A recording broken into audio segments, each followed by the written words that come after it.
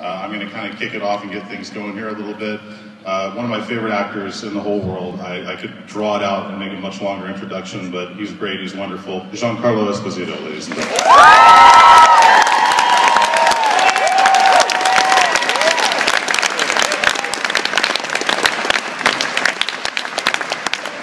How's everyone? Good. Wow, what a great room. We're so blessed to be in a room that has such good energy in it. All this good wood that's alive and these nice colors and all of you guys here. Whoa, you really showed up for me. Give yourselves a hand.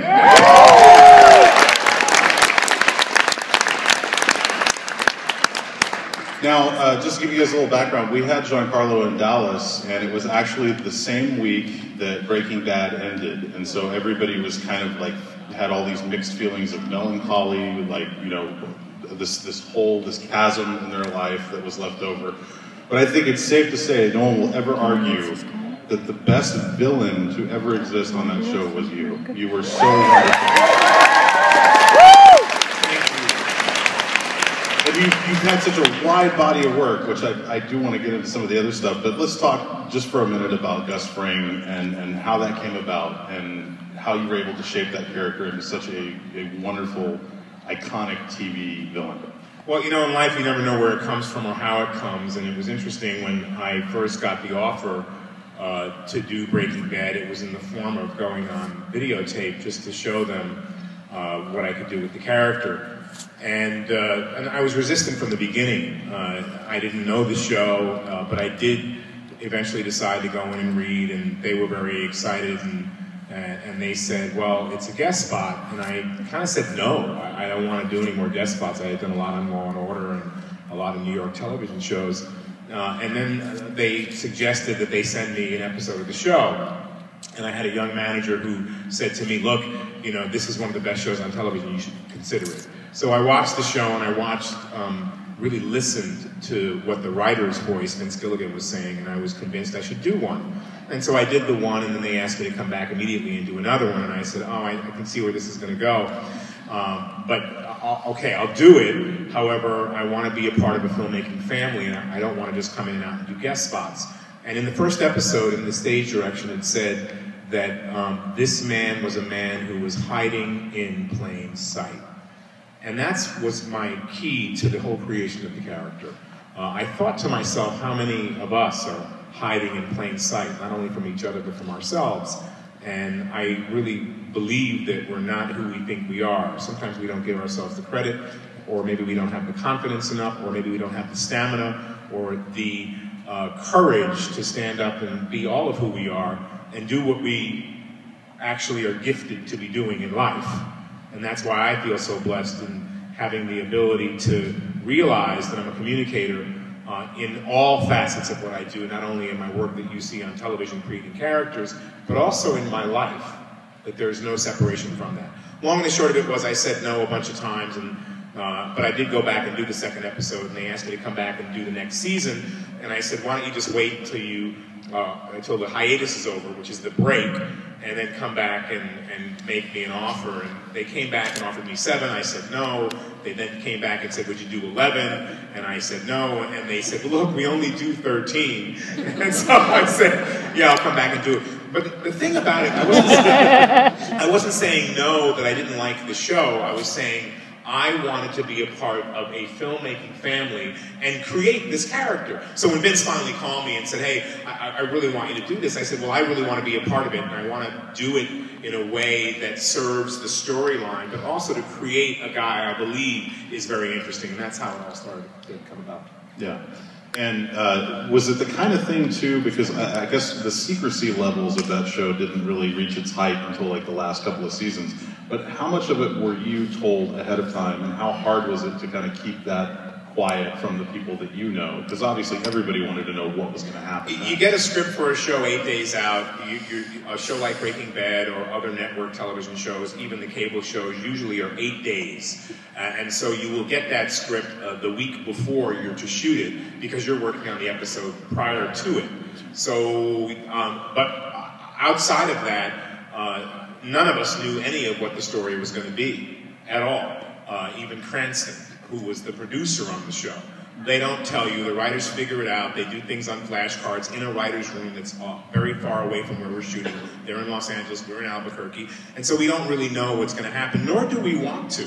Because part of what I do as an actor is to be spontaneous and to read it and be excited by it. And that's what the magic of Breaking Bad. From every writer to every grip to every person who worked on the camera department or in the prop department or the art department, everyone read that script because they were so galvanized by what the writers were doing in the room that they couldn't wait to get the next episode. And that's a really exciting place to be. Breaking Bad is a show that happened from quality, from integrity, from a vision. And the more we realize that when things are thought out and planned and done in a creative way that return to the word, to the writer's words, then you can do no wrong. And so the courage and the vision of Vince Gilligan is where it all stemmed from. What was your first professional gig breaking into the industry? Oh my goodness, I did a Tasty Cake commercial when I was 7 years old. Look, I have a very different background. I came to America at probably about 6 years old from an Italian father, born in Copenhagen, raised in Rome, Italy, spoke some Italian, some German. My mother was an opera singer who sang in Europe, so I came to America at a very young age, and no one knew how to accept me. I knew I wanted to be a performer because my mother was. And so I did a Tasty Cake commercial for a little black kid who really, he couldn't understand what he was saying. And so I started in voiceovers is where I started, with RKO and Ray Fowler. And then I did a very early gig on television with Sesame Street. I was Big Bird's camp counselor. And things started to tumble from there. Yeah, my first foray into chicken, you know what I mean?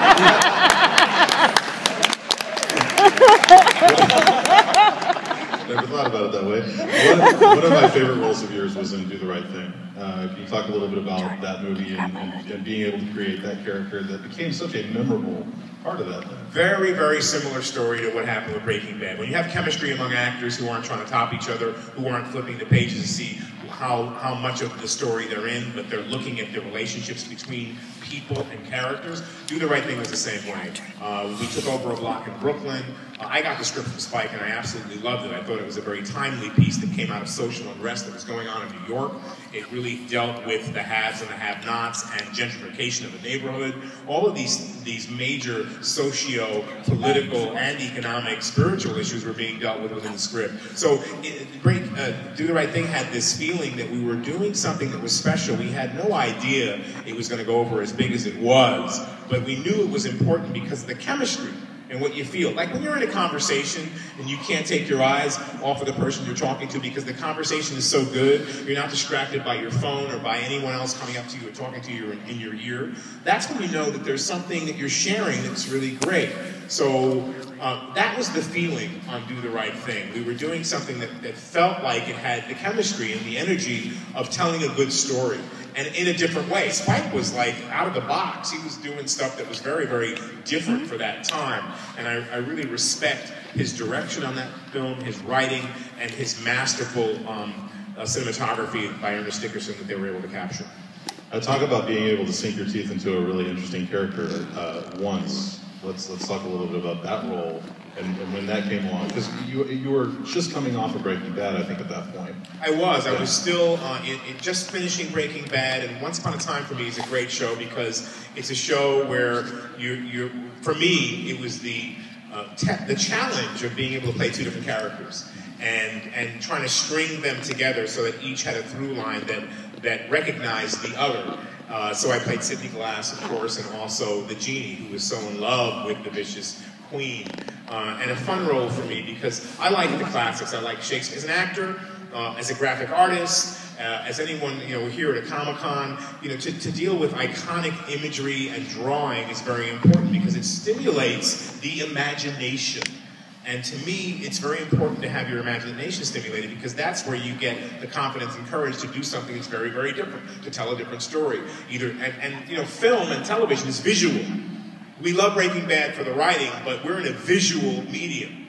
And everything in our world that we look up at that tells us what to buy, how to look, what's pretty, what's handsome is all part of advertising. But the major part of advertising is how it's presented to your brain.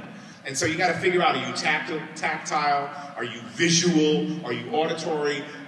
They're hitting us in advertising on all these different levels, whether you know it or not. And it's subliminal. So that you are being told that in order to be successful, you should look like this, or act like this, or wear this, or do this, or do that. And so recognize that our world is made up of that.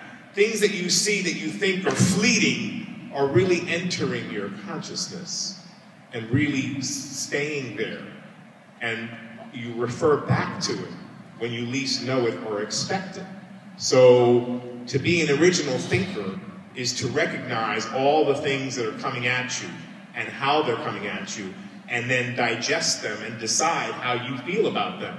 Because whether you know it or not, your lives are a choice. To make no choice is a choice. And to make a choice about what you want is extremely important. I made my choice at a young age, and it grew from there. And you have to continually renew that choice, because that is what is your vision. So what you think grows. What you do today determines your tomorrow. Terribly important just to give this a second of thought. So if you only have 5 minutes to further what your real dream is, I work in the post office, but I'm a graphic artist. If I'm not drawing every day, then I am not practicing the gifts that I've been given. If I'm not acting every day or communicating every day in a truthful way, then I'm not practicing the gifts I've been given. And in order to further your dream, and that's what we're in. We're in a play of consciousness. In this moment, we're in a play of consciousness. What I do is a play of consciousness. I take on different coats, different cloaks, different attitudes, different masks. And that helps me to further know who I really am. And the turmoil of many actors comes from the fact that they haven't figured out who they really are. So I only get better by knowing where my center is and knowing how far I can go out on the edge to play the characters I play. Like I said, guys, I do want to make sure we get questions from you guys. So if you want to go ahead and start lining up.